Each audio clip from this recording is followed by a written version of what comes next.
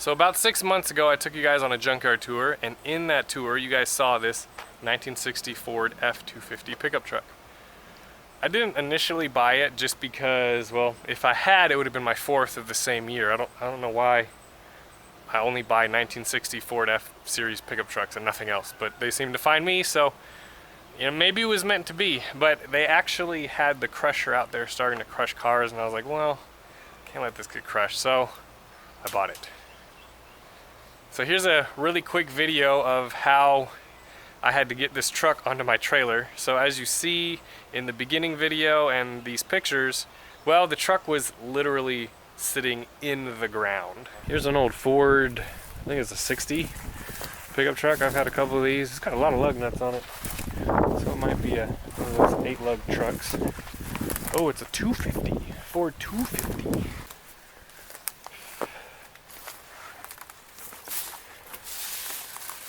Oh man, that's been apart for a long time. This is also sunk up to the wheels. That's what they said.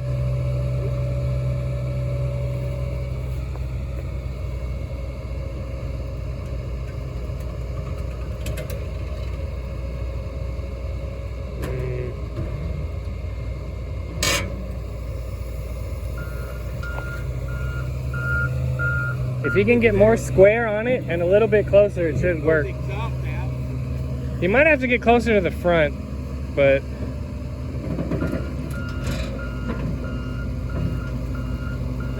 that's it. That's it.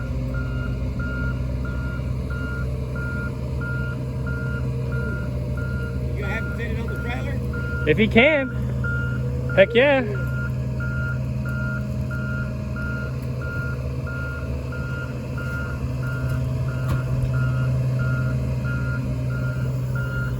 Man, I just need to bring me one of these everywhere I go.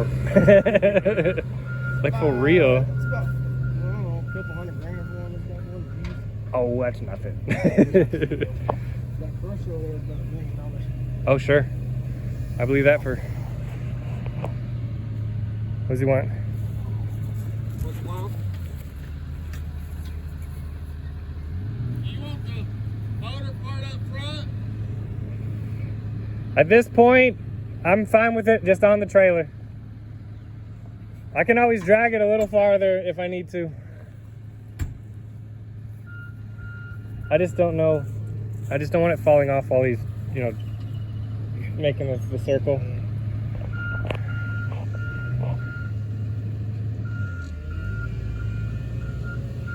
It's a big truck. It's a F250, not the 100.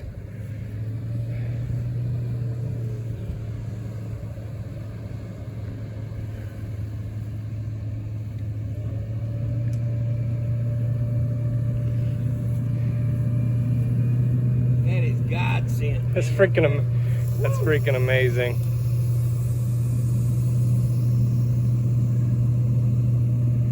Come this way, just This way, a little bit. Perfect. Like it? Yeah.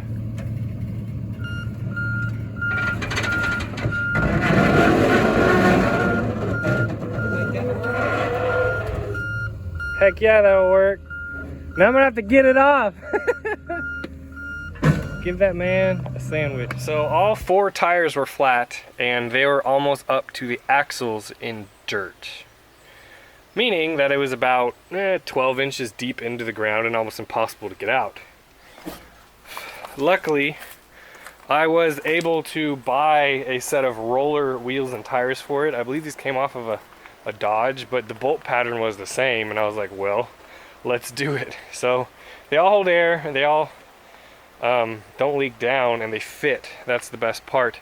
The brakes are all still stuck, but it is what it is. So getting it on my trailer was actually quite an adventure. Since I have the truck, I'm gonna take you guys on a little tour of it. I don't plan on working on it or keeping it. I plan on just selling it because I didn't want it to get crushed. But here it is. All the other ones that I've had have been Ford F100s. This is a Ford F250. I'm just assuming that the difference is going to be the suspension and the frame. I don't know much about these Ford pickup trucks. Like most of these trucks, this truck was made to work. I mean, I don't think anybody bought it to enjoy driving it.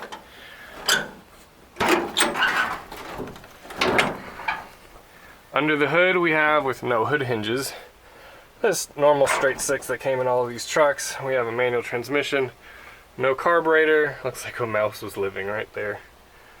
I mean, it's all pretty much there. I haven't seen if it turns, but I also do think this truck has original paint on it, just because those numbers on the firewall, everything's all tan everywhere you look. Now, according to this back license plate, this truck they stopped using it in 1984. So, many years ago, they stopped using it. I'm pretty sure it's been parked in that same spot since then. I mean, it had been there a long time. You think about it, let's pretend the deck of the trailer is the dirt. It had to sink up to here. So that's pretty much here to here plus a flat tire.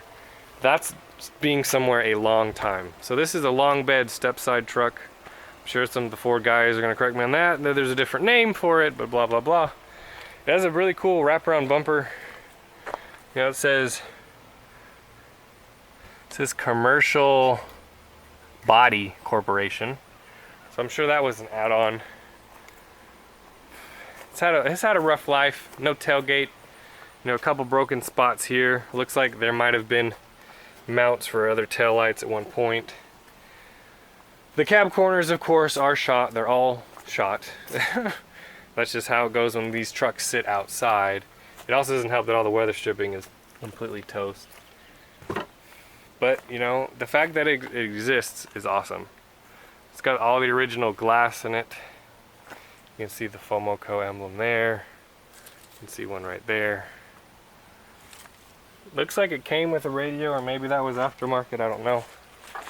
Let's go climb inside the truck and see what we can see.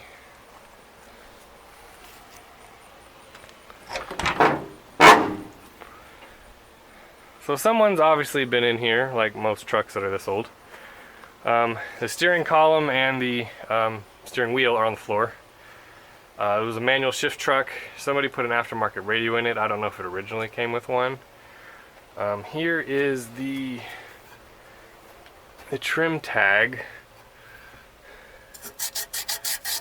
Can't really read the stuff above it, but I'm sure some of you guys can help decipher it. So we got the serial number, and then it says 118 F250J model. 10B is the date. A06, I can't read what it says above that. 07400 126 4000. I think it's 240 and then a 1. I know the Ford tags had a lot of cool information that came with these trucks, so I'm sure somebody could decode that.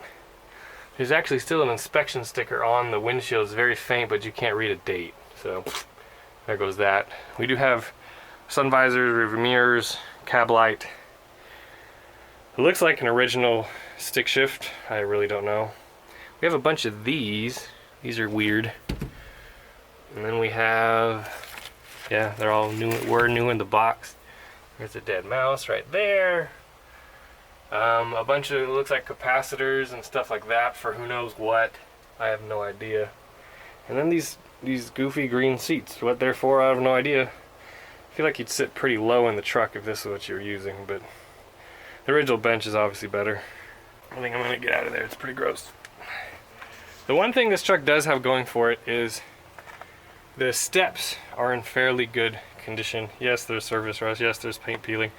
But I've had trucks in the 1960s, and these steps are just completely gone. So a cab corner is not that big of a deal. Looks like they've already worked on them before anyway, but it is what it is.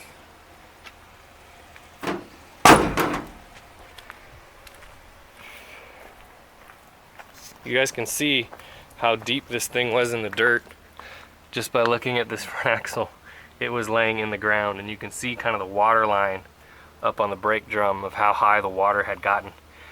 The good thing about being in Texas is all that steel that's been underground, it's in great shape. There's nothing wrong with it. It's just gonna have a little bit of surface rust. Even being